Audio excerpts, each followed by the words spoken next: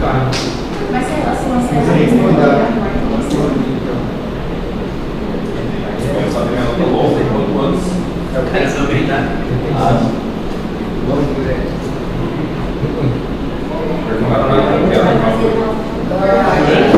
Mais nada. Foi fácil. Não, mas tem dois times, eles falaram que foi mal. E Faz isso. esse ainda tem. Pode falar que foi mal. Se falar que foi mal, uma história. Foi mal. Conversar com uma história, contar uma história, contar essa, contar lá. Ele não vai saber. Tinha lá, tá na baixa da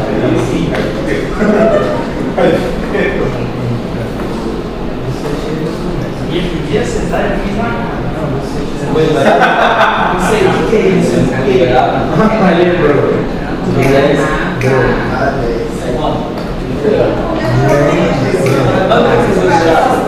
eles fizeram lá na passada. Essa semana pegar um folhinho. Deixa ele falar.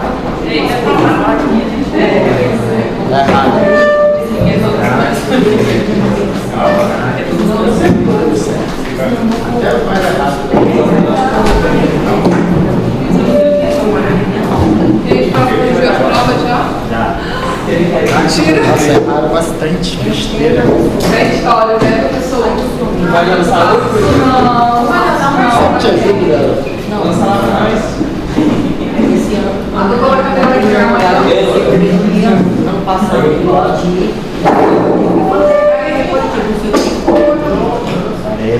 Ai, o senhor ficou lá na festa lá? Tá mais cedo que não. Alguém tem ré? Deve 20 para você. Ah, é? Eu vou falar para ele. Vai voltar. Fica mantendo muito.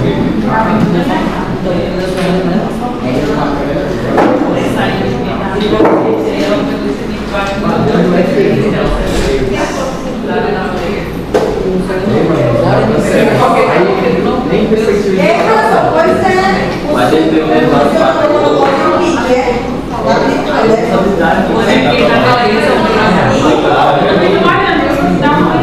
Rapaz, ó. Se eu botar no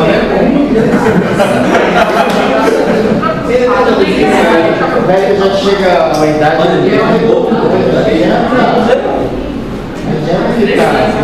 Qual que é a prestação ideal? a minha é 11. Já cheguei aos 47, agora eu não preciso dormir a terceira Natal, agora eu não preciso parar de beber a terceira Natal, não preciso comer bem a terceira Natal. O senhor não? Eu tô Só tem 47 anos, professor? Mentira, ele tem 52. Só 47? Mas ele já tinha uns 30.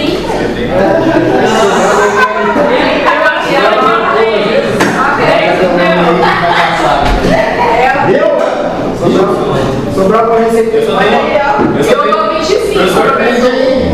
Se a pessoa ficar pedindo, cobrando, olha como a pessoa tem. Sobrou uma receita. Mas eu sempre não vi.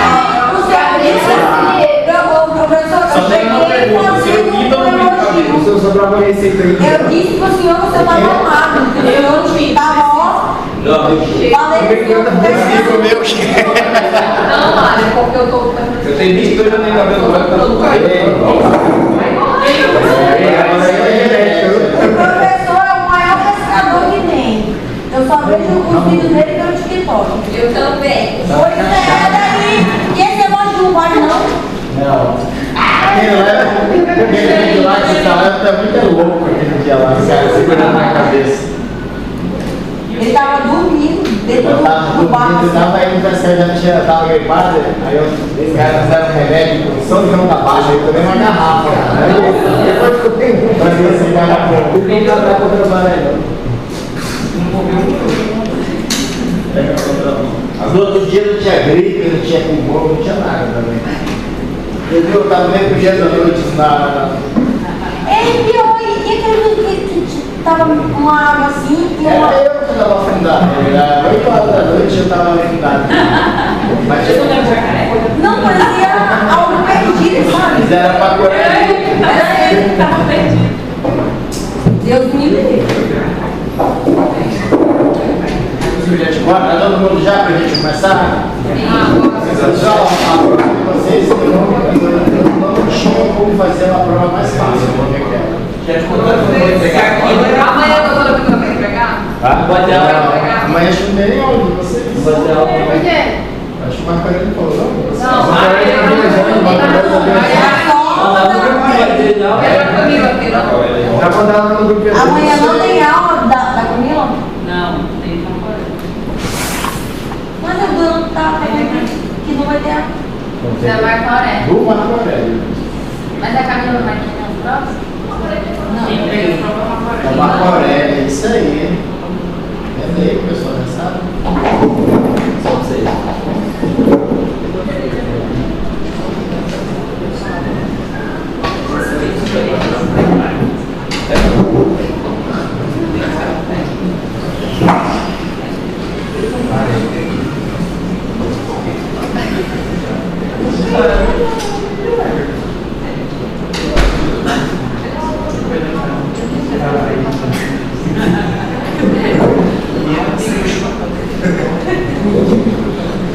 No dia de revelações resolvidas.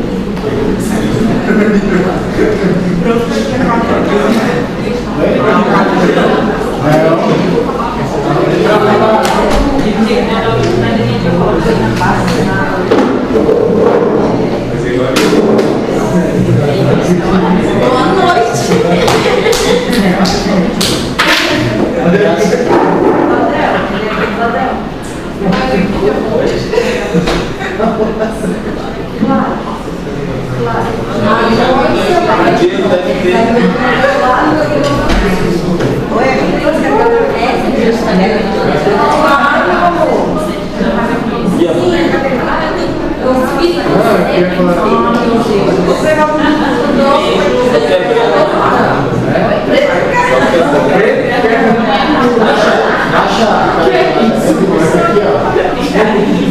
E essa moça aí foi o que o senhor caçou?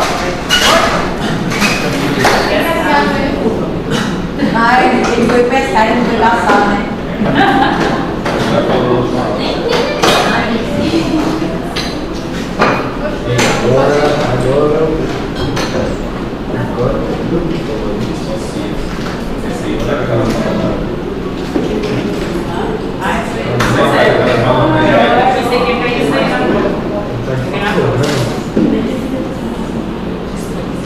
E aí, pessoal, para nós começar? Dá uma de Carolina. Tudo bem? Boa noite. Parabenizar a todos vocês. Me facilitaram a corrigir as provas. Agora é só fazer o X, é muito mais fácil. Obrigado. Tá? Mentira, pessoal, nem olhei as provas ainda.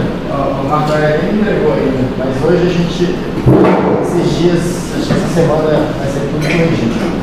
Tá bom? Que dia que vai ser? A gente vai mandar carne e raiz. Tá bebendo não. Então, pessoal, dando continuação na aula, então nós fizemos a aula primeiro de mecanismo de parto, depois fizemos de parto. No parto fizemos as fases do parto, a atenção na primeira etapa do parto, na segunda, na terceira, até na primeira hora pós-parto, não é isso? Então, dando segmento, então, nós temos que continuar falando das complicações que existem no parto. Então, ainda falando do parto, nós temos que saber que existe algum tipo de complicações. O parto, 65% dos partos, como vocês viram, nasce espontaneamente. Qual é o jeito que mais, qual é a apresentação que mais nasce? Cefálica fletida. E a variedade de apresentação que mais nasce, qual é? A gente falou? Esquerda interior, muito bem, perfeito. Então, só que existem o resto que não consigo isso, que a gente tem que saber investigar e saber avaliar. Para isso, a gente tem que conhecer das distorcias, tá? Os distócias, eu chamo também. Tá certo? Vocês vão ouvir esses dois dessas duas formas, tá? Então, qual é a definição de distorcia? É qualquer perturbação no bom andamento do parto que cursa com a alteração de um dos três fatores fundamentais que participam do parto. Quais são esses fatores, pessoal? É o funcional que a gente vai dividir, que seria a força motriz, ou seja, a contratividade do útero, né? E ela pode ser de duas formas, pessoal. Ela pode ser tanto diminuição da força, ou seja, uma contração fraca pode diminuir causar uma distorção funcional, como também ela pode se dever a uma contração muito forte. Várias contrações repetidas também pode levar a uma distorcia funcional, tá? A outra que a gente pode ver é o objeto. O objeto todo mundo já sabe, né? O objeto é o quê? Complemento fetal. E do trajeto que pode ser também a bacia e das partes móveis, tá? Então, quando eu vou falar em distorção funcional, a gente já viu de novo a contração uterina, tá? Pela classificação de Goff, a gente pode dividir ela por hipoatividade, como eu disse para vocês, a maioria são hipoatividade uterina, tá? Ou seja, a contração é fraca, é pouca contração, tá?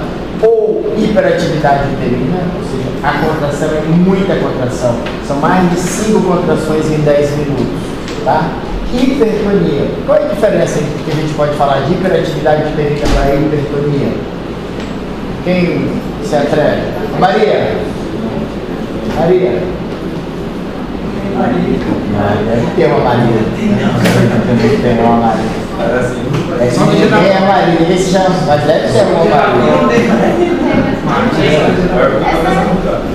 Lavínia, qual é a diferença de uma hiperatividade para uma hipertonia?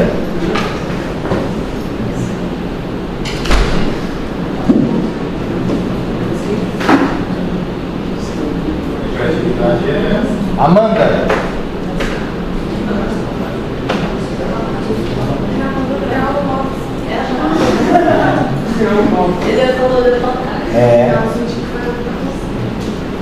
Qual é a diferença? Não sei, tá olhando o celular, não sabe nem o que tá vendo, né?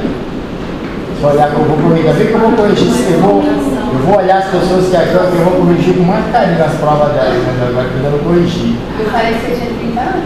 Não, eu vou tirar foto. Hein?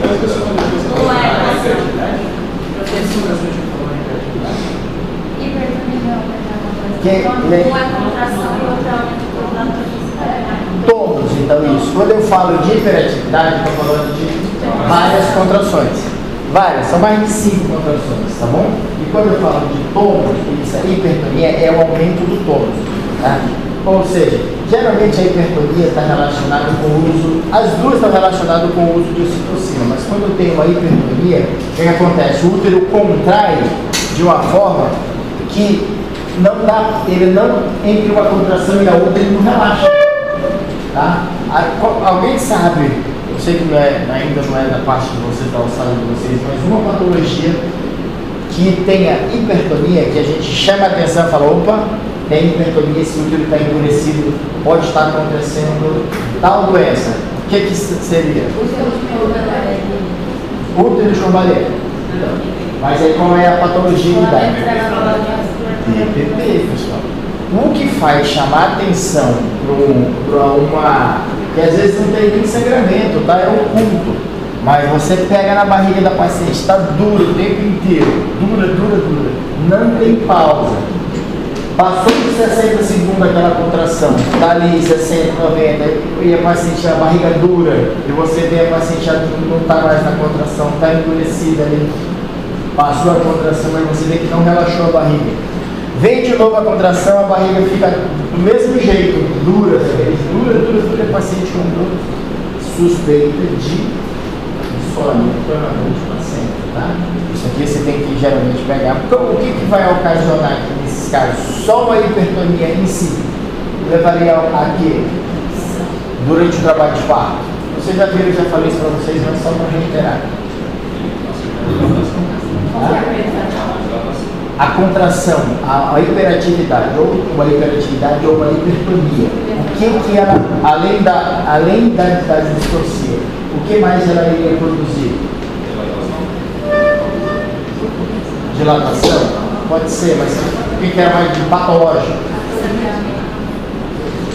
Patológico, o que vocês acham? Diminuição da frequência cardíaca total, tá? Ela levaria a sofrimento, porque esse útero muito contraído, ele contrai, ele diminui o fluxo placentário e a criança entra em bradicardia, tá? Por causa disso. Por isso que durante a contração, normal, quando eu tenho uma contração, é normal o quê? O batimento cardíaco fetal diminuir. Ele diminui e depois da contração ele normaliza, tá? Ele diminui e normaliza. Agora, se eu tenho uma hipertonia ou uma hiperatividade, uma contração uma atrás da outra, quando ele diminui, quando ele vai voltar de novo, a contração está ou o tônus está. Então aí ele acaba não indo muito fluxo e o coração começa a diminuir, causando bradicardia e entrando no sofrimento fetal agudo. Tá certo? Então, são os casos da classificação de grupo da distócia funcional: hipoatividade uterina, hiperatividade uterina, uma hipertonia que eu já falei para vocês, uma hipotonia uterina.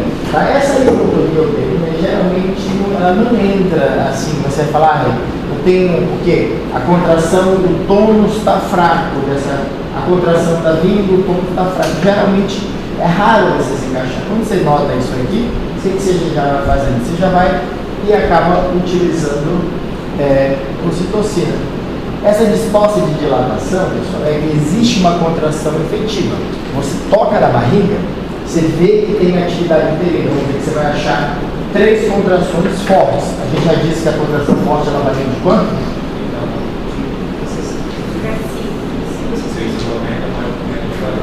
Então, o que foi que a gente chegou e falou? Que a contração que a gente ia falar que era forte. Tá? Acima de quanto? 50 a 60. Então, se eu tenho o que vai acontecer? Eu tenho uma contração forte. Eu tenho uma contração forte. Eu pego, sinto que tem contração, mas a dilatação não está dilatando, eu tenho que pensar que pode haver uma alteração do fluxo gradiente de contração. Geralmente, da onde, eu já tinha dito isso para vocês, aonde nasce a contração? Nas tubas, né? E ela desce empurrando para que tenha dilatação. Existem algumas patologias, por exemplo, algumas alterações, quando a paciente está passando por um sofrimento, ela está sendo maltratada, ela está muito ansiosa, ela não está com o acompanhante, ou ela está tendo algum tipo de problema, ela está poliqueixosa, tem uma liberação de catecolaminas. Ou às vezes até a bexiga cheia da paciente. Aí ela faz com que a contração não venha da parte superior, ou seja, das tubas, do fundo para baixo, para empurrar a contração. Tem contração, tem tudo, porém não existe dilatação. Tá certo? Então a gente, uma das coisas que tem que ver que pode ser essa alteração. Tá? E a gente vai ver como é que a gente vai resolvê-la mais para frente. Tá? Então a distócia por hiperatividade uterina são o quê? São contrações ineficientes ou insuficientes. Existe uma hipoatividade primária. A hipoatividade também pode existir, ou pode existir também uma hipoatividade secundária. Geralmente isso aqui, ó, as contrações começam, tem contrações boas, dilata, chega a 5 centímetros de dilatação, essa secundária aqui, aí de uma hora para outra a contração vai embora. Aí a paciente chega a 6 centímetros e as contrações começam a cair, começam a parar. Tá? Geralmente o que a gente faz para corrigir isso aqui? A gente tem que aumentar a força motriz, ou faz ocitocina ou amiotomia, tá? Ou ocitocina ou amiotomia. Geralmente a gente corrige isso aqui, ou com uma coisa ou outra. Geralmente a gente nunca faz as duas, tá? Nos todos os livros, todos os protocolos que mandam, ou você faz a amiotomia, ou você inicia com a ocitocina. Quando foi que a gente disse? A partir de quantos centímetros de dilatação? 7 a 8 a gente conversou, né? Que a gente começar a ver. Então, se está menos disso, a gente faz a ocitocina. Depois, se chegar a um determinado, você pode fazer a amiotomia. Tá certo? Ela já respondeu. Mas eu não tenho uma pergunta. Mas ela foi ligeira. Ah, tá. Ela foi rápida, ela deixou nem. Eu tava aqui ficar moscando, ela já não respondeu. Tá? Então, e a distócia por hiperatividade uterina? São contrações que estão acima do normal, tá? Existe uma hiperatividade com obstrução, ou pode ser de dois tipos, ó. Pode existir uma hiperatividade com obstrução. Nesses casos aqui, pode existir ou uma DCP, ou seja, o objeto, a criança que estava ocasionando a obstrução, tá? Ou pode ser um tumor no trajeto, ou seja, pode ter um mioma na base do colo dele, que esteja ali obstruindo a passagem do pé, tá certo? Ou pode ter sinéquias no colo. Sinéquias são alguém sabe o que é sinéquias? Sinéquias normais, sem falar? Cicatrizes que não cedem, então pode haver por uma conização ou algum tipo de patologia que foi feito no carro, que foi feito ali no colo, e ele não abre, ele fica ali duro, tá certo? E muitas das vezes, e essa hiperatividade com o processo obstrutivo, ela geralmente você não entra com ocitocina nesses casos. Quando existe uma hiperatividade do processo obstrutivo, é indicado você realizar cesariana, tá? Porque vai ser um DCP ou vai ser um mioma que está obstruindo ou o tumor vaginal ou o quê? Eu já vi um caso desse de HPV dentro do colo, a massa de HPV no colo do útero. Então, quando se tem essas coisas, a gente já faz logo cesariana, não tenta nem fazer manobras para ir para o parto nem nada. E quando a gente tem uma hiperatividade sem obstrução, a gente vai ter um parto rápido. Vai ter aqueles parto tactóxico. Alguém já ouviu falar desses partos tactóxicos? Parto rápido. São partos que acontecem em menos de 4 horas. O paciente entra em contração e em menos de 4 horas elas têm criança. É a coisa. Começou as dores, as contrações são tão rápidas, se não tem obstrução, é uma atrás da outra, uma atrás da outra, uma atrás da outra. E a criança nasce. Tá? São o que a gente chama o parto precipitado, o parto tactóxico. São antes de 4 horas. Tá? Pode indicar essa microfonia? Do quê? O parto tactóxico. Você tem o maior risco de laceração. Nem se o parto tactóxico não é a medicação, mas a chance de você ter uma laceração é grande. Então, se você tem uma laceração, você tem o risco de ter uma laceração, você faz. Tá? Esse é o mesmo precipitado? É o mesmo parto precipitado, tactóxico, tá? Então, a distócia por hipertonia, tá? É o aumento da frequência das contrações e o aumento do tônus uterino basal.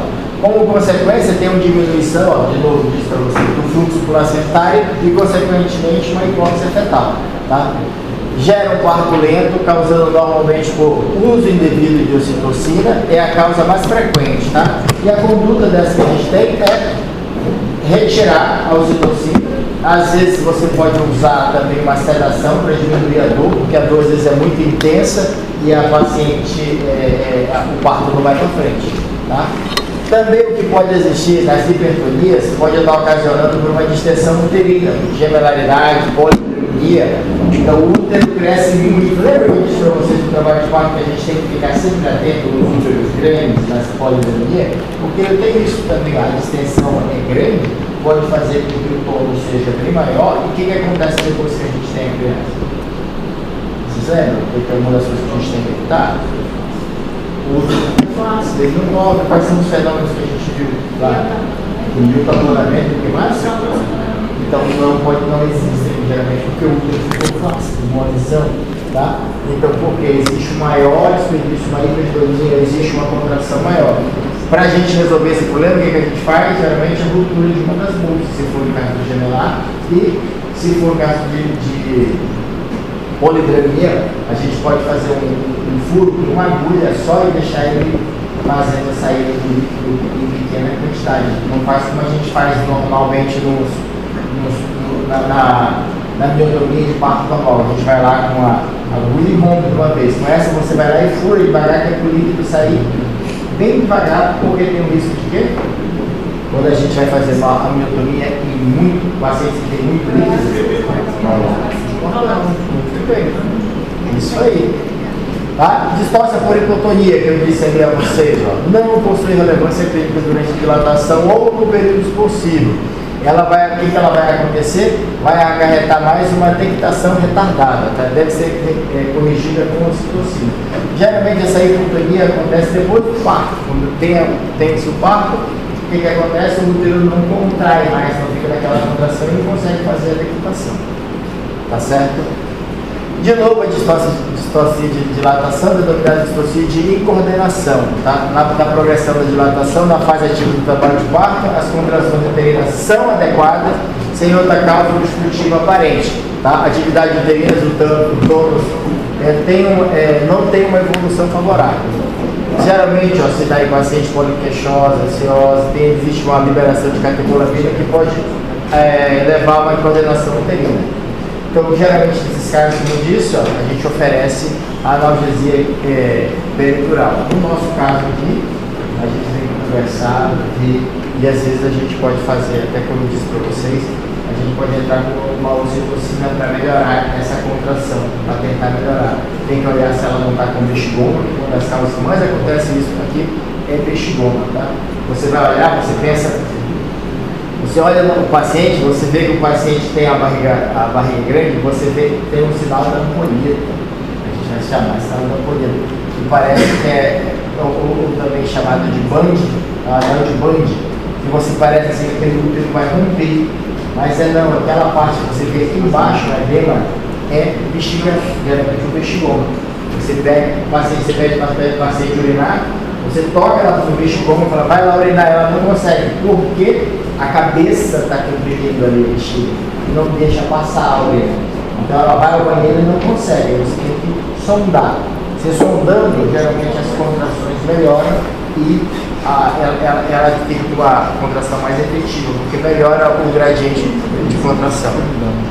Tá certo? Distócia, passando para as distócias funcionais, agora a gente passa para a distócia de objeto, tá? Então são atribuídas ao feto a relação materno-fetal. Tamanho, mais de 4 kg ou DCP. Então mais de 4 kg a gente fala que a criança é o quê? Macrossoma, né? Então a gente tem que sempre identificar o tamanho fetal antes do trabalho de parto, a altura uterina acima do percentil 95. Pacientes que chegam com altura uterina acima de 36, atenção, se o paciente chegar para mim com 38, eu já fico desconfiado que essa criança já pode ter uma criança bem grande, dependendo do tamanho. Tá? A gente vai ver se tem umas meninas que são bem pequenininhas, com as barrigas já de 38, você falou, isso aqui, vamos investigar direitinho, vamos pedir para a sonografia, para ver se essa criança vai nascer ou não, tá? Acima de 4 quilos preferencialmente você faça cesariana, tá? A chance de complicar é muito grande, tá certo? Então, presença de edema suprapúbicos e membros inferiores, estimativa do peso fetal por meio da ultrassonografia obstétrica, né? A parada secundária de dilatação, e também pode existir também uma parada secundária da dilatação no partograma. Na próxima aula a gente vai ver vai ser sobre o partograma, então a gente vai conversar e vai ver essas paradas secundárias no partograma, tá? Então, a distócia do objeto, qual é essa daqui, ó? Cefálica fletida. A maioria dos partos nascem assim, ó, a gente viu, cefálica fletida. Mas tem a deflexão, notem que o queixo, tá? A parte anterior não está tocando no peito. Aí aqui o que vai aparecer? Vai aparecer a parte da região frontal. No segundo grau, vai aparecer, você vai tocar e vai sentir quem é ali que vai ser referência? Nariz. E da terceira, a gente vai se encostar movimento nessa região, tá? É um tipo. Essas aqui, normalmente, essas outras já trazem um tipo de alteração. Quer dizer que não vai nascer? Não nasce, dependendo dos casos. Mas tipo de terceiro grau aqui, só vai nascer se o paciente for grande o tipo, é um parto demorado dar de... Essas aqui você pode facilitar? Pode. Quando você nota que está aparecendo isso, você pode o quê? Durante o trabalho de parto, diminuir, você segura e volta à posição cefálica fletiva. Tentar encostar a cabeça para se acomodar melhor. Tá certo? Mas por isso aqui geralmente é... Hoje em dia, você não consegue notar quanta gente vendo isso. Está se deixando muito da questão do parto. Estão se deixando muito, está morrendo muito daqueles parteiros antigos. A maioria está acontecendo o quê com o pessoal novo? Viu o parto, complicou, o que a pessoa está precisando fazer? Cesariana. Mas é por quê? Porque a chance de ter um parto complicado e evoluir com um processo muito grande. Então as pessoas estão deixando, os médicos agora estão deixando, evitando esse tipo de problema. Eles estão fazendo cesariana logo para evitar problema, entendeu? Mas isso aqui tudo é corrigido durante o trabalho de parto, tá certo? É igual também como disse para vocês, falaram sobre uma versão cefálica externa, que acontece quando a apresentação está aqui, pélvica. Aqui pélvica, a mãe quer porque quer ter parto normal. A gente pode fazer a versão cefálica externa. Vocês já viram alguns vídeos? Levanta-se a barriga e gira-se a criança. Se faz. Como? Tem que fazer aquele. 36 semanas, 4 litros de bebê, a paciente tem que ingerir 4 litros de água, tem que incluir aproximadamente 1 litro de solução cristalina venosa. Você tem que levar lá dentro do centro cirúrgico, a equipe toda arrumada, e você faz 3 tentativas de fazer a versão cefálica. Porque pode acontecer de você girar e haver o quê? Como você mexeu, manipulou, cordão pode fazer uma circular, ou tracionar o cordão, ou pior, fazer um descolamento de placenta. Então, se descolou bradicardia severa, sala, cirurgia. Por isso que se deixa fazer com 36 semanas. Ah, mas por que não faz já termo? Porque não tem líquido suficiente. Entendeu? Bom, por isso que faz as vezes para girar melhor. Tá certo? Hã? Não, aqui em Porto Velho, por exemplo, eu não vejo ninguém fazendo. Tá? Eu já vi no grupo São da Joana fazendo, que eles mostraram a aula de fazer isso. E nas maternidades de grande centro, onde faz a analgesia peritoral. Aí eles fazem, e quando a paciente que realmente quer. Entendeu? Porque a maioria das pacientes hoje, se eu te perguntar aqui, desse monte de mulheres aqui, quando se deseja um parto normal, acho que vai ainda dar 1 ou 2. 1 ou 2, entendeu? A maioria é cesariana, não tem coisa, mas, entendeu? Então só aquela mesmo que vai querer. Tudo bem? A apresentação córnea, geralmente quando aparece assim, ó, atenção pessoal, a apresentação córnea aqui, ó, geralmente você leva para cesariana, você não consegue às vezes tirar esse ombro daqui, você não consegue levantar para tirar para voltar para a posição, tá certo? Distócia de trajeto, como a gente já falou, tinha falado, né? Aqui nós temos a alteração, geralmente vai haver na estrutura da pelvis, né? A gente tinha visto, ó, que a pelvis, 50% das mulheres tem, geralmente a ginecoide, essa pelvis aqui não dá tanto trabalho, mas a androide e as demais são as que mais dão trabalho. O androide e a antropoide, elas dão muito trabalho. A plastipeloide, ela é mais rara, mas também chega a dar problema. Dentro dos estreitos que a gente tem que ver, aqui é uma visão de cima, tá? Nessa aqui uma visão de cima da bacia, tá certo? Aqui mostra para vocês verem que o menor diâmetro entre as espinhas aqui é de 10,5. E mostrando aqui que geralmente, quando você vai ver, mais à frente vocês vão ver. Aqui, ó, o estreito superior, geralmente quando você vai ver o diâmetro alterado, geralmente ele vai ter. Não estou enxergando nada. Antero posterior vai ser conjugado com diagonais. Como é que você vai medir? Geralmente você faz um toque, vai até a parte do promontório e faz a mensuração. Geralmente o parâmetro que vai ter é um diâmetro inferior, geralmente de 11,5, que que você vai fazer essa diminuição de 1,5, tá certo? Para você ter o diâmetro certo. Antigamente, o pessoal começou a fazer muitos estudos fazendo radiografia da pelvis e faziam ressonância para ver. Mas se viram que tinha um aumento exagerado de cesariana e deixaram de lado esse tipo de coisa, porque viram que tinham pacientes que tinham a pelvis pequena e a pelvis estreita, e às vezes com um diâmetro inferior a 11,5, e conseguiam ter parto normal.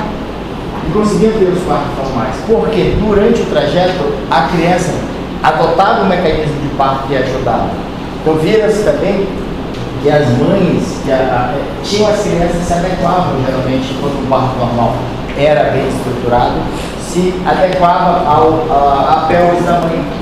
Então começaram a deixar isso em desuso, tá certo? E não começaram a deixar de usar, tá certo? E a distose de colo que a gente estava falando, tá? Pode ser ou por edema, tá? Ou a aglutinação. A aglutinação geralmente, pessoal, são as sinecas. Ela endurece tanto, ela fica tão que ela não deixa o colo abrir, tá certo? Então, outras alterações de partes mole que pode haver são septos, tá? São estenoses, são condilomas. O edema de vulva é uma das questões que mais influencia, mais altera. E o que geralmente vocês acham que pode ocasionar? O que vai causar o edema de vulva, pessoal? O que vocês acham? Como é que a edema de vulva vai ser produzida? Não só de vulva, como do colo uterino.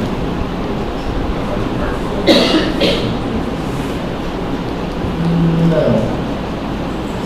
O que acha? O que vocês acham que pode causar um edema da vulva? A vulva, às vezes, gente, ela fica assim, cada lado fica da grossura dessa garrafa aqui, ó. Inchado mesmo assim. Você olha, chega algo. Não. Ah? Não. Pressão não. Não. Acho que fazer força antes do tempo da dilatação. Quando a gente vai fazer a força, vai fazer o push, geralmente é quando o quê? A dilatação está completa. Geralmente quando a mãe começa a fazer força, quando ela está com 6 centímetros de dilatação, ela começa a fazer, você fala, não está na hora de fazer, não faz, não. Ela vai fazendo, porque às vezes é involuntário, e ela vai fazendo e aquilo vai causando um edema de colo tão grande, tá? E o edema de vulva também tem outra questão que causa muito, essas posições de cócoras. Tem aqueles banquinhos que você coloca a paciente e ela fica fazendo força nessa posição. Se você vacilar uma meia hora, essa vulva está testando. Gigante mesmo. E qual é a chance, o que pode ocasionar? Ele não abre, não dilata, não sai. E geralmente, e às vezes quando sai, quando nasce, o que pode ocasionar? Laceração, lesão gigante, extensa mesmo, porque ele não fica laxo, ele perde o laceamento, porque as contrações ali no período expulsivo, aquela cabeça vem, aí vem e volta, serve para aquele período ir cada vez mais dilatando, tá? Para evitar a laceração. Quando ele vem, quando está demasiado, na hora que ele vem, ele rasga, parece uma manteiga. E vai-se embora. Vai até onde? Até o gato, causando lacerações de 4º grau. Só para entender, essa fazer força antes do tempo. Antes do tempo. É presente de vulva e de colo ou só de colo? Não te ouvi. Quando a mulher faz força antes do tempo, vai dar tanto edema na vulva quanto tanto de colo como de vulva. Tá? E a vulva, especialmente quando você vai colocar esses pacientes nos banquinhos na posição de colo, que vai ficando ali, que ela vai ocasionando aquela diminuição do fluxo e ela fazendo força ali. Se você não prestar atenção, em menos de 30 minutos, essa paciente está com muito líquido, muito edema. Tá? Aqui é uma distorcia de parte mole para você ver, ó. Aqui, ó, a cabeça já querendo sair, ó. Isso aqui é o quê? que vocês acham aqui? Mioma. E aqui? Mioma também. Esses aqui são os piores miomas que tem. O mioma de colo uterino. Olha o colo uterino aqui, tá vendo? Tá encostado aqui. Esse colo nunca dilata, porque esse mioma encosta na parte do promontório e não deixa dilatar. Até para você fazer uma esterectomia, para depois para você tirar isso aqui, é um dos piores. É algo que a cirurgia é uma cirurgia muito complicada para você retirar. Tá certo? Outras anormalidades da situação e apresentação. A gente vai ver a situação transversa que eu mostrei para vocês, né? Que normalmente a gente vai optar pelo parto cesariano. Tá? A apresentação pélvica também, que eu já disse para vocês, né? Que a via vaginal só deve ocorrer se for planejada com o consentimento da paciente e após esclarecimento dos riscos maternos e fetais, tá? Na maioria dos casos, vai sempre optar pela cesariana definitiva. Só que tem gente, pacientes que querem, então se elas querem, você vai fazer. Qual é a contraindicação que você vai contraindicar no parto cesariano? Vocês lembram? Ou gemelar, quando o paciente, vocês vão falar, não, você vai ser cesariana sim ou sim? Sim, não, essas são complicações normais, qualquer uma, mas da gemelaridade. Quando o primeiro está pélvico, tá? O primeiro ou o segundo pélvico, tá? Aí você geralmente já indica logo de cara, já fala o risco de que vai acontecer. Qual é o risco que você tem ali no primeiro da pélvico?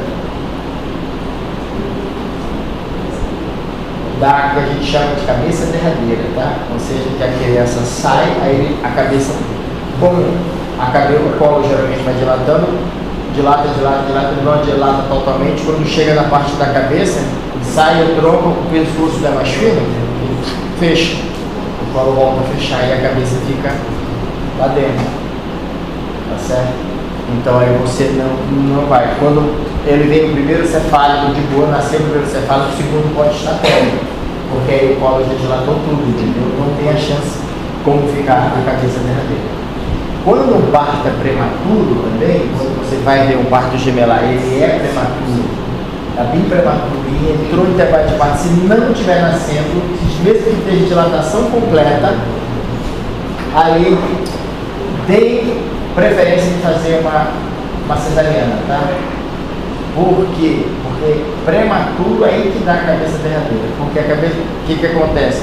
O prematuro ele não tem força, o tamanho dele não tem força de dilatar o colo totalmente. Então a parte da pelvis, a parte da criança, do feto, ele vem passando e não dilata o colo totalmente. O colo fica com 8 centímetros, 7 centímetros e ele vem nascendo. Então quando passa dali a cabeça não passa, porque a cabeça é maior. Passou coisa, mas a cabeça não nasce. Aí, gente, dá a cabeça derradeira e dá a cabeça derradeira feia. Eu já disse, não sei se eu disse para vocês, mas já comigo já aconteceu já umas 3, 4 vezes. Mas graças a Deus, as vezes que já chegaram a acontecer, a criança, 2 delas, a criança já estava em óbito. Já estava em óbito, já vieram de casa em óbito. Já vieram daquele jeito, então não tinha o que eu tentar fazer. Tá?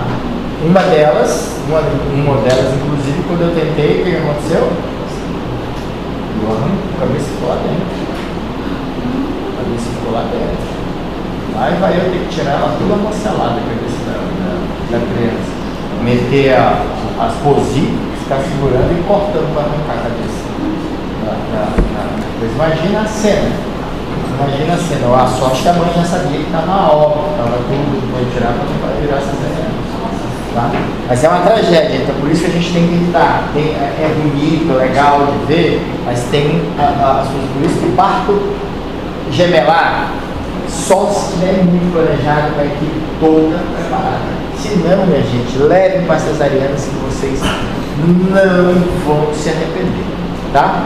Outra, apresentação de face, tá? Como eu disse para vocês, é um parto muito complicado. Em multípla pode nascer, tá? Pode nascer em multípla. Mas geralmente se já vier se você está sentindo que está de face, está alto, leve para cesariana também. Porque pode nascer com sofrimento fetal e ter problema. Você, a gente não quer esse tipo de problema no nosso lado. Tá certo? Mais algumas anormalidades, ó. Essa daqui o que é? Essa aqui? Vê a primeira? Face, ó. Face, também da face. Se você vê essa outra aqui, ó. Fronte, você vai estar tocando na segunda. Terceira, nádega. E quarta, ombro. Tá? São o que você mais vai ver, ó. A apresentação de fronte, ó, que geralmente quem indica de flexão de segundo grau, o ponto de referência vai ser a parte do nariz, a região do nariz, do naso, tá? Apresentações compostas também, aonde você vai ver, geralmente quando ela está ou a mão está na frente. Já aconteceu, por exemplo, alguns partos de criança vir nascendo, ela mesma encefálica, a mão está na frente. Aí quando você está aqui fazendo o parto, você toca a cabeça, mas toca a mão, tá bem assim, ó. A mão está aqui na frente. Vai nascer? Vocês acham que nasce? Às vezes você toca lá, você pega na mão. Na coisa, dá lá assim, você pega na mão. E aí, às vezes até mexe na tua mão, falando, é agudo, pegar aquele negócio mexendo. Você tira a mão e fala, não, é a mão. Às vezes ele fica assim, ó. É a apresentação composta. Cesariana, não nasce. Trajeto ali estreito para passar só a cabeça. Imagina com a mão, vai ter que passar o braço, vai ter que ter extração do braço. Cirurgia também. Você não consegue fazer parto, tá bom? E algumas variedades de aposentação, occipito posterior ou occipito transverso, ou seja, é bem difícil, você às vezes tem que fazer manobra. Ou seja, quando a gente falou que vai nascer o quê? A parte do occipito vai para onde? Vocês lembram quando vai fazer lá no mecanismo de parto que eu expliquei para vocês? Quando está perto para nascer, o occipito vai estar onde? Vai ficar anterior, né? Imagina se eu tiver aqui, ó, um occipito posterior. A criança nasce, o feto nasce olhando para cima. Quando você, muitos dos partos que você vai fazer geralmente no típara, quando você não viu, você faz ali o occipito posterior, é aquelas crianças que a gente diz que está nascendo com a cara para a lua. Ele vai nascendo e vai olhar. Às vezes, cara, é engraçado que às vezes sai do olho, assim, ele já abre e fica te olhando. Entendeu? Imagina a cena, já sai aqui e fica te olhando. E às vezes fica ali, ele até, aí passa o nariz, até pisca para você. É uma situação que você tem que tirar e às vezes pode causar uma distorção. Às vezes transverso, ele vai sair. Geralmente só nasce se a paciente for multípla. Na primípara não nasce, dá DCT e você tem que levar para operar. Tá? Então até isso, por isso que quando vocês têm que se lembrar daquela prática, saber aonde está a apresentação. E como é que a gente vai saber a variedade de apresentação? Novamente, a gente procura o hospital? Não, a gente procura o quê? Prega. Por quê? Mais fácil de tocar, né? Maior, mais fácil de tocar. Se você está aqui, você vai para outra extremidade que lá vai estar a parte do hospital. Tá bom? Outra coisa que a gente vai ter que ver, pessoal, é o assiclitismo, tá? Que é a inclinação da cabeça, tá? Se quando a inclinação ele está normal, ele vem bem certinho, ele vai nascer de um lado para o outro. Mas quando ele está anormal, quando é a parte aqui, ó, por exemplo, nesse caso daqui, ó, no posterior, tá? Ele vem, ó, ele não vem, a sutura mediana daqui, ó, da cabeça aqui, ó, tá vendo, ó? Essa sagital aqui, ó, ela vai estar para frente, na parte anterior. E a parte que mais vai estar do eixo, tocando, você vai estar tocando, é na parte posterior. Esse é o assiclitismo que a gente chama. E ao contrário, o anterior, a parte da sutura medial aqui, da sutura sagital da cabeça, vai estar inclinada. Você vai ver isso geralmente quando ela está no occipito, quando ela está no occipito transversa para um lado, o occipito transversa para o outro. Então aquela cabeça ele vai dar para frente ou vai para trás. Então você tem que tentar colocá-la na posição certa, fazer, por isso que aqui o obstetra mesmo que tem que ver para posicionar. Isso aqui você corrige durante o parto. Quando a contração para, quando ela volta, porque você já coloca no lugar e ela vem, entendeu? Isso aqui é mais fácil de você olhar. Então a desproporção cefalopélvica, a DCP que a gente fala, é uma falta da proporcionalidade entre a cabeça e a pelve. a desproporção pelo volume ou atitude viciosa da cabeça. São apresentações anômalas, também as deflexões também ocasionam DCP. Baixa estatura materna, geralmente uma estatura abaixo de 1,60, a gente já fica preocupado. Fetos grandes, pacientes que tenham fratura pélvica antes, doenças ósseas, tá certo? Aqui é um grau de alterações que a gente vai ter, ó.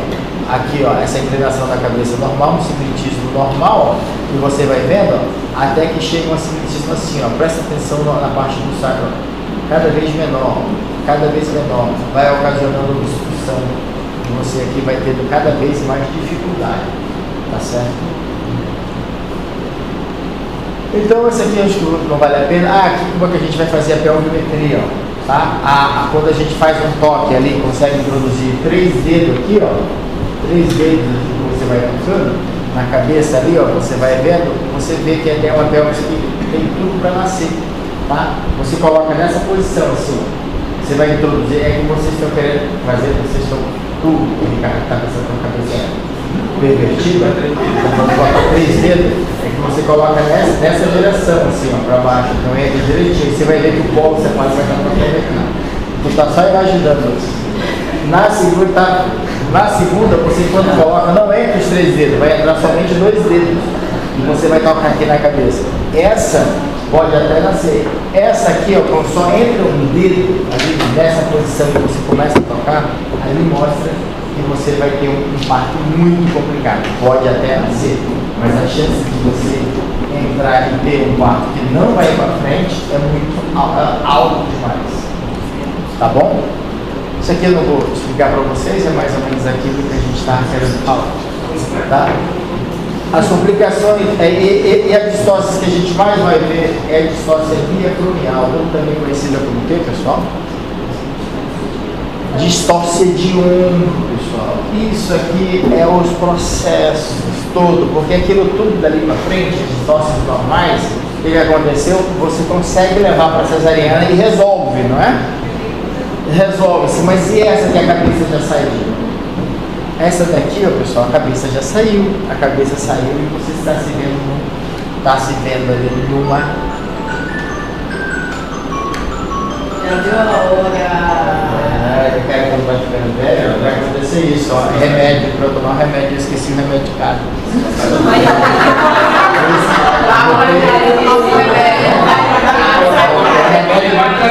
E era o remédio da memória que eu deixei.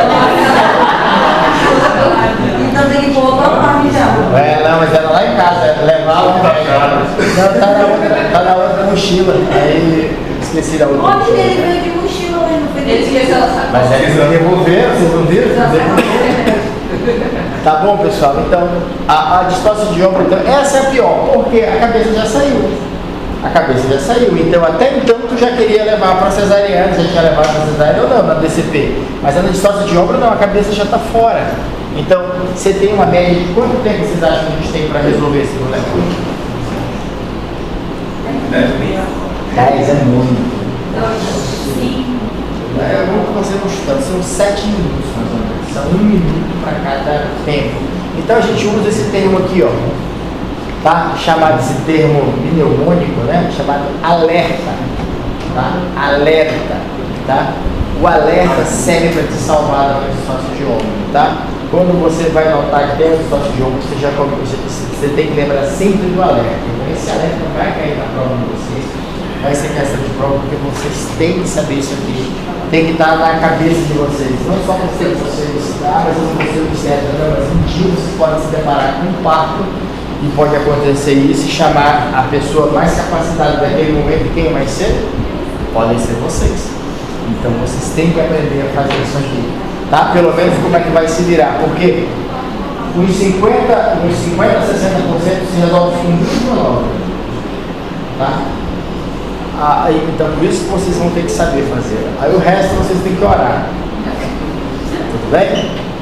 Então, o que a gente vai falar de distócia biacromial? Isso é uma complicação grave após o desprendimento do polo cefálico. Então os ombros não sobram. Geralmente está relacionado à obesidade materna, pós-datismo e diabetes gestacional. As consequências geralmente da distócia vai causar lacerações, atonia uterina, a ruptura uterina pode haver e a disfunção da cisis pública, tá? Consequência para o feto que eu posso ter, tá? Lesão de plexo braquial, essa é a mais importante, tá? Lesar o plexo braquial.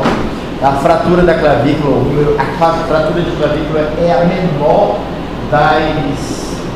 das consequências para o feto que ele pode ter, porque ela cola depois, então não tem problema, tá? Você só tem que dizer para a mãe, se você diz para a mãe que teve uma fratura de clavícula, ela nem fica com raiva. O que ela fica com raiva é se ela descobrir que teve fratura e você não avisou, entendeu? Você tem que comunicar a ela que tem, por isso que todo parto complicado eu já mando investigar e já falo para o paciente, tá certo? E por último, até o óbito intraparto ou neonatal. Tá? Diante de uma distócia, então, via clomial, sempre adotar o protocolo alerta que a gente vai fazer. Tá? As complicações são complicações. Morbidade e a mortalidade perinatal são elevadas. Tá? A morbidade relacionada à mãe geralmente é hemorragia pós-parto. As lacerações geralmente são de 3º a 4º grau. Tá? E a complicação mais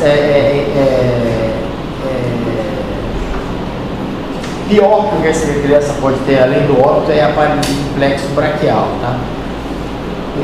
E você, até nisso, você pode ter uma fratura do úmero. Você, dentro das manobras que você vai fazer, você pode fraturar. Você pega o braço e esfacela mesmo. Então, mas o importante é que você tem que tentar resolver, tá? Praticamente todas as paralisias de ombro vai resolver de 6 a 12 meses, mas tem um 10% que são definitivos.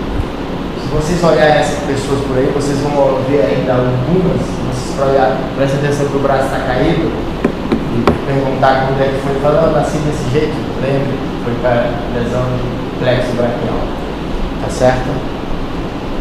Aqui, ó, criança sai a cabeça, ó, ao ombro anterior impactado, está impactado aqui, ó, da cisis pública. Aí você faz o que? Qual é a ideia da gente quando está impactado aqui? O que a gente vai fazer? Puxar. Quando eu puxo isso aqui, o nervo daqui, ele vai com. Tá certo? E o que mais?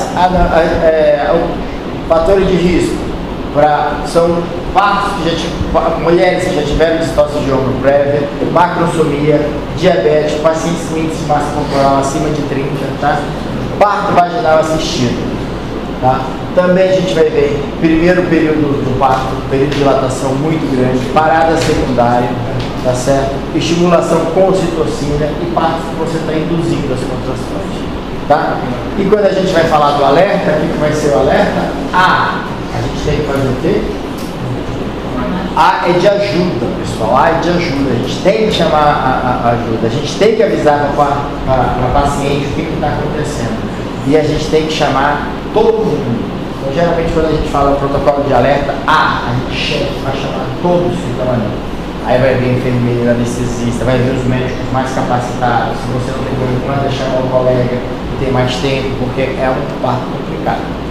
De levantar as pernas, tá? Você vai fazer a manobra de Mark Robert, onde você vai pegar as pernas e vai colocar. Começa a levantar as pernas, pessoal. É pegar o joelho da paciente e levar aqui também. Tá? Isso, que você segura, pega de um lado e do outro, segura assim e abre. Só de você abrir essa parte e colocar aqui, existe a pelvis abre um pouquinho. Ela dá uma distendida e às vezes só isso aqui ele sempre impacta, tá?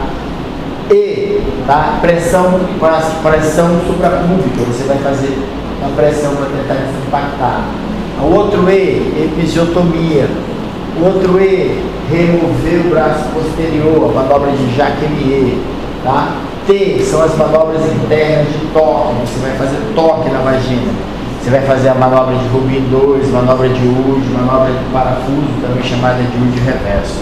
E por último, o último A é alterar a posição, ou seja, a paciente está na posição de litotomia, eu peço para ela ficar em posição de quatro apoios, se chama posição de Gaske, tá? Ou manobra de Gaske, tá? Tem essa manobra de Gaske, aí em vez de você tirar o ombro o ombro anterior que está impactado, você puxa o ombro posterior. Então ele muitas das vezes solta. Quando você faz a primeira e a segunda manobra aqui, ó, pessoal, um grande número do parto se resolve só aqui, ó, nessas duas manobras, tá? Levantar a perna aqui, ó, e a compressão suprapúbica, que é o bico, tá certo? E você não chega aqui. A pior manobra que tem que fazer é a remover o braço posterior. Por isso que muita da gente, vocês vão ver que ele tenta remover primeiro, fazer as manobras de toque para depois remover o braço posterior, tá certo? Ó, aqui, a manobra, aqui, ó, compressão suprapúbica, o rubinho, ó, para descomprimir o braço, para sair esse ombro anterior, tá certo? Essa aqui, ó, manobra do parafuso, manobra de Wood, aqui, ó. Essa daqui é a reversa, ó, tá empurrando ele para cá para tirar o ombro aqui, ó. Empurra aqui por baixo, tá? Essa daqui, ó, o de reverso, empurrando para o outro lado. A gente vai ver aqui essas manobras que eu vou mostrar para vocês, tá bom?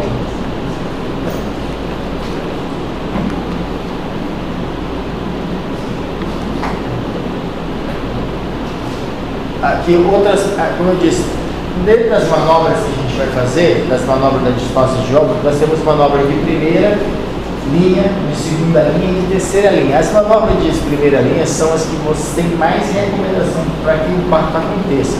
São elas a manobra de Mark-Hobbit, que eu vou mostrar para vocês, ó, que é a flexão e a dedução das coxas em direção ao abdômen materno, tá? Essa posição retifica o ângulo lombosacro e toda a sífice pública em direção cefálica, fazendo com que o ombro posterior caia na concavidade do sacro, tá? Ela, às vezes, só ela tem um êxito de 90% de liberação. Só por levantar a perna do paciente você já consegue 90%, tá? A próxima é a manobra suprapúbica, que eu já falei para vocês, a de Mark-Hobbit, que você vai fazendo a manobra. Então, essas duas são as manobras de primeira linha, tá? As manobras de segunda linha são a manobra de rotação interna, tá certo? Essas são as manobras de toque, que você vai tentar tocar para poder alterar, tá certo? Alterar as posições. São aquelas manobras que você vai meter os dedos dentro da paciente para tentar girar, são a UD reverso, Rubin tipo 2. Agora eu vou mostrar essas manobras todas para vocês, tá certo? E a outra manobra que a gente vai ver também é remover o braço posterior, ou manobra de Jacquelier, tá? E por último, a manobra de você alterar o paciente, colocar ela de 4 apoios, tá? Você pede falar a de posição. Então essas são as manobras de segunda linha, essas 4. E a manobra de terceira linha são as piores manobras, que são as manobras heróicas. Aí você já tentou tudo, chegou os seus 7 minutos, você não conseguiu nascer, não conseguiu tirar, não conseguiu fazer essa criança nascer. O que você tem que fazer? Ou você, a melhor manobra que você vai ter que fazer, ó, é a clidotomia. Você vai fazer uma fratura dessa clavícula, você vai colocar seu dedo mesmo aqui e tenta pegar e quebrar a clavícula para diminuir. Quebrando a clavícula, o ombro entra, pode sair. Ou eu posso fazer também, retirar, uma das coisas que eu posso fazer é a manobra de Zavanelli. Não vai nascer, manobra de Zavanelli. Eu seguro essa cabeça e boto lá dentro de novo e levo para a cesariana, tá? Outra que eu posso fazer é romper a síntese pública. Só que também são heróicas, se não tiver nada, eu posso romper para poder a criança sair, tá bom? Essa é a primeira parte da aula. Vamos dar uma coisinha, por favor. Não, vai ter outra. Agora que vai começar a aula.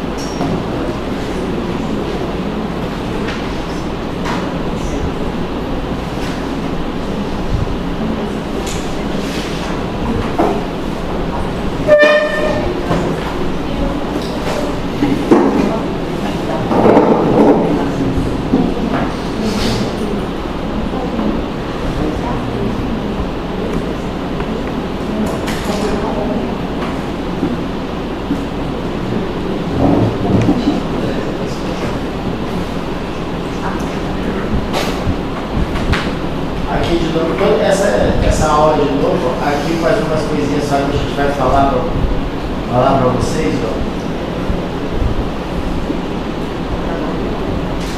Aqui são as paradas, vai ser a parte da aula. Aqui, ó. Então, essa distócia que eu queria falar para vocês, ó, tá? Que é a distócia de ombro, tá? Que é o pesadelo de todo o mistério, tá? Então, mais uma vez, é a impactação do ombro anterior da síntese pública, tá? É uma emergência obstétrica. Geralmente acontece 0,2 a 3% dos partos. Quem teve parto com distócia de ombro, geralmente tem uma 13 a 25% de recorrência, tá? Então, aqui, ó, eu acho que isso aqui é um vídeo. Eu não sei se ele vai passar.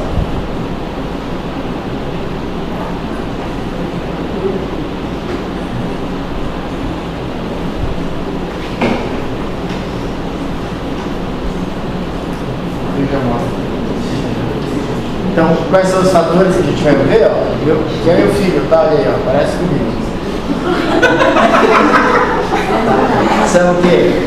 São antecedentes de distócia de ombro, peso fetal maior que 4 kg, obesidade materna, diabetes mellitus, parto vaginal operatório, tá? Uso de ocitocina, parto instrumentalizado, tá? A gente vai ver o quê? As complicações maternas, mais uma vez, da distócia de ombro, hemorragia pós-parto, fístula reto-vaginal, e aí diáfise da síntese, que é uma que vai ocasionar neuropatia femoral, ruptura uterina, lacerações de 3º, 4º grau, uma inflamação do útero, uma endometriose. No feto vai haver o quê? Paralisia do plexo braquial, fratura de clavícula, morte fetal, asfixia perinatal, fratura de útero e morte neonatal, tá? O que a gente geralmente, o que faz a gente chamar a atenção para uma distócia de ombro, pessoal? É esse aqui, ó, tá? Esse aqui, ó, é o sinal da tartaruga. Parece a cabeça da tartaruga que saiu, ó, a cabeça saiu ali, ó, ficou ali, ó, saiu, ó, o ocípito anterior, saiu ali e você não consegue mexer aquela cabeça em lugar nenhum. Aquela cabeça saiu ali, ó, e ela retrai assim, ó, e fica assim, ó. Você até para você sair para ela, depois que isso aqui, o ocípito anterior, o que vai acontecer no outro tempo? Essa aqui é a expulsão do polo cefálico. Qual é a outra? Até para você voltar à posição para a criança fazer a rotação externa, aqui, ó, você tem dificuldade, aqui, você vai puxando, dando um pequeno leve toque, é para ele voltar na posição. Ele não se mexe nem para um lado nem para o outro. Aquilo ali. Você não sabe às vezes para que lado todo. Se você está acompanhando o parto, você vai saber o parto você vai virar. Mas aqui, na hora você já sabe que isso aqui já vai ter uma distócia. E você já automaticamente vai ver, já tem que pedir aqui o que? Sinal da tartaruga, você já pede ajuda aqui. Tá? Ajuda é uma distócia, tá? Aí vai acontecer isso, ó. O termo que eu falei para vocês, a conduta, o alerta. Aonde a gente vai pedir ajuda, vai chamar as pessoas as melhores pessoas que estão ali para poder, mais experientes. Mark Robbins, vou levantar as pernas da minha paciente. O E externa, que é pressão suprapúbica, que também é chamada de Rubin 1. Episiotomia, que a gente vai considerar o procedimento. Pode ver, ó, essa aula aqui é dada para todo mundo, essa aula é dada não só para médico. Quais são os requisitos? Não só para médico, mas também é dada para enfermeiro, eles não podem fazer epísito, por isso que a gente coloca assim, considerar o procedimento, tá certo? Tá? Vê também então aí o R de remover o braço posterior, ou manobra de Jacquemier. 4 são manobras de toques, também são manobras internas. E A de alterar a posição, ou seja, a posição de gás, tá? É contraindicado o que é contraindicado? Tração lateral, ou seja, a criança está aqui, o feto está aqui, saiu a cabeça, e o que a gente mantém aquela pressão ali, puxando, às vezes apoia na paciente para poder, não faça, não pode fazer. A lesão do plexo braquial é muito grande. Outra coisa, manobra de Christeller, ó, manobra de Christeller é isso aqui, ó. Você subir na paciente para poder retirar aqui, ó, a criança, tá? Você não faz, tá? Ei, essa questão da Caiu. E erraram. Tá? Então, tá, alerta. O que a gente vai fazer? Considerar a mulher em virtude, a gente, de novo, vai pedir para as pessoas mais experientes vir, tá? Vai pedir para o pessoal para chegar para ajudar. Olha aqui, ó, atenção, pessoal. Uma pessoa fica aqui, ó, tracionando a perna, puxando a perna para cá, ó, e a outra fica aqui, ó, tá? Depois que veio aqui, todo mundo vieram aqui para ajudar, a primeira coisa, levantar as pernas, o Elliot levantar as pernas, tá? Que é a manobra de McIntyre, hiperflexão das coxas sobre o abdômen, que vai alterar a relação da pelvis e da coluna lombar, tá? O outro E, chamada de manobra de Rubin 1, pessoal. Essa aqui é a pressão suprapúbica, ó. Geralmente essa pessoa está puxando a perna e ela vai vir no dorso. Ela vai vir para onde o feto está olhando, na rotação externa, você está olhando para cá, e ele vai vir da parte posterior para anterior, para remover o braço que está impactado, o ombro que está impactado, tá? Só aqui, ó, pessoal, nessa manobra externa mais a Rubin, já tem até um 90% de chance de só ir assim. Para que você vai fazer a manobra a episiotomia? O que vocês acham? Não entendi. Não é nem isso. O campo, porque eu vou precisar fazer essa manobra de toque lá dentro, entendeu? E ali, se eu fizer ali, vai estar muito estreito. Eu tenho que pegar o ombro anterior, eu tenho que pegar o ombro posterior, eu tenho que ficar virando. E às vezes eu tenho que meter até minha mão para poder fazer o quê? Remover o braço posterior. Aqui, ó, quando eu venho aqui, ó aqui, ó, pessoal, Rubin 2, ó, eu vou inserir os dedos atrás do ombro anterior, ó. Eu venho aqui com os dedos, ó, vou inserir aqui, ó, atrás do ombro anterior, ó, tentando rodar em direção ao tórax fetal. Eu venho então aqui, cabeça está aqui, ombro anterior é aqui em cima, tá? E eu vou fazer esse giro, tentar girar para que desimpacte para a parte anterior.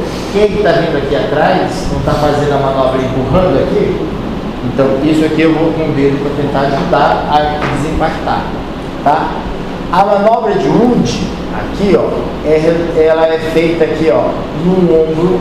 A manobra de Wood é efetuada na frente do ombro posterior, tá? Ou seja, ela está aqui, ó, vamos ver aqui que ela está aqui, tá vendo? Ó? Eu venho, ó, efetuada na frente do ombro posterior. Então eu venho aqui, ó, e tento empurrar para desimpactar para o outro lado. E depois eu vou fazer um de reverso. Aqui eu vou colocar minhas duas mãos, ó. Eu vou colocar a mão atrás do ombro posterior do feto. Então eu vou tentar girar em 180 graus. Eu vou tentar, ó, colocar minha mão e fazer um giro, também chamado de manobra de parafuso. Aonde, já que ele não está indo para frente, eu vou tentar ele fazer o de reverso. Empurrar ele ao contrário, esse que vai, tá? Ó, aqui para vocês verem no plano. A manobra de Rubin 2, eu vou inserir os dedos atrás do ombro anterior e vou tentar girar aqui para frente. A manobra Rubin 1 não está empurrando daqui por fora, né? E eu vou tentar ajudar com a Rubin 2, aqui meus dedos.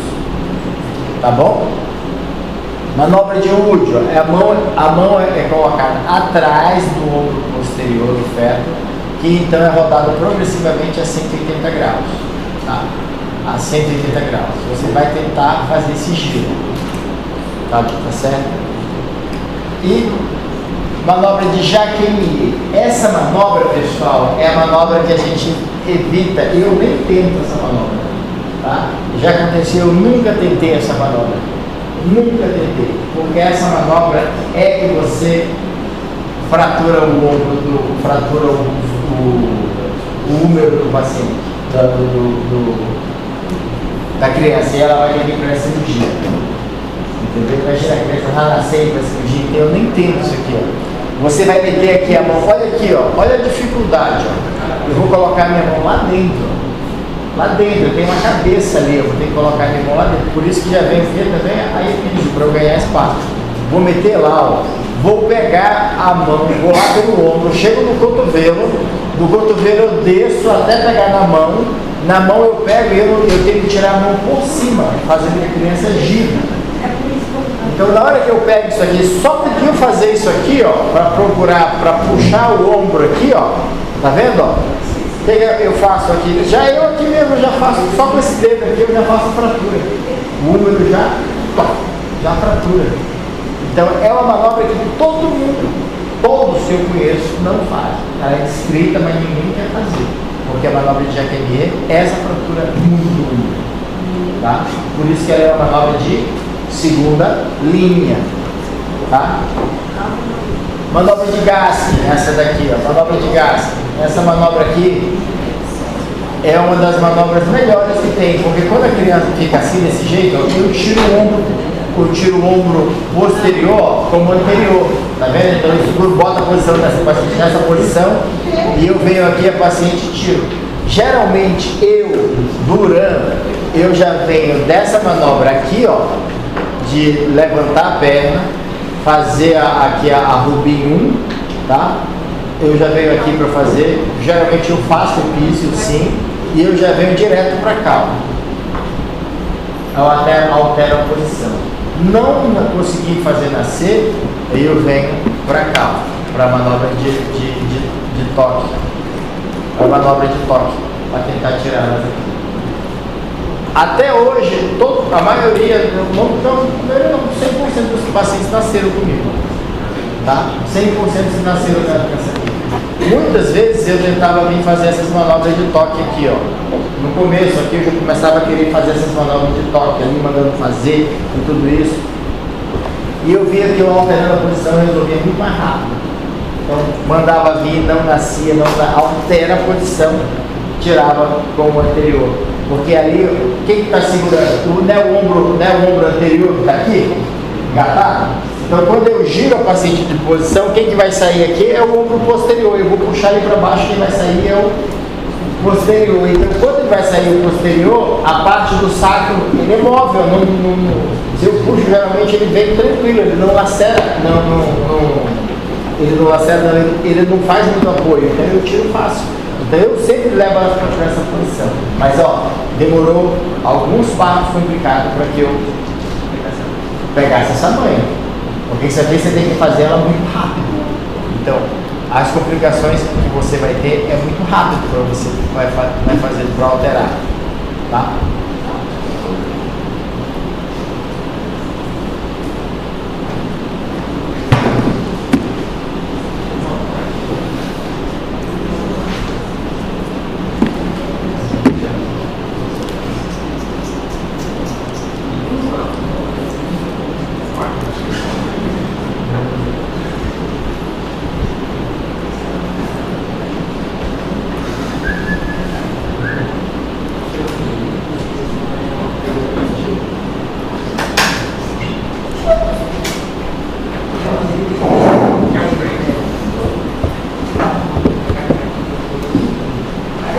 Então, manobra de resgate, que já falamos para vocês, ó, manobra de Zavanelli, que é introduzir de novo a criança, tá? O polo cefálico, a cinfisiotomia, que é a coisa mais difícil, é heróica, nunca vi ninguém fazer, só tem descrição.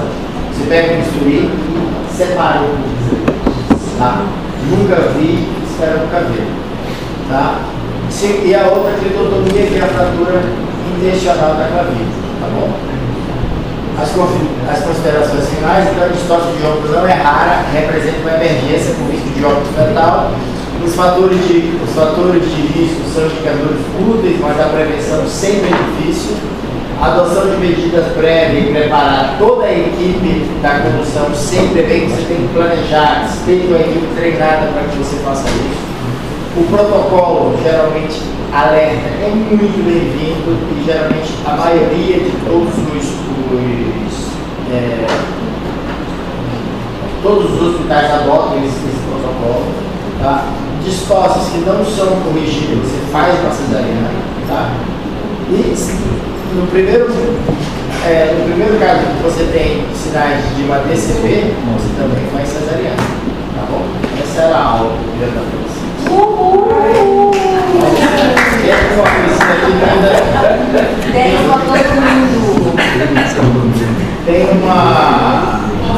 Tem minhas aulas, eu não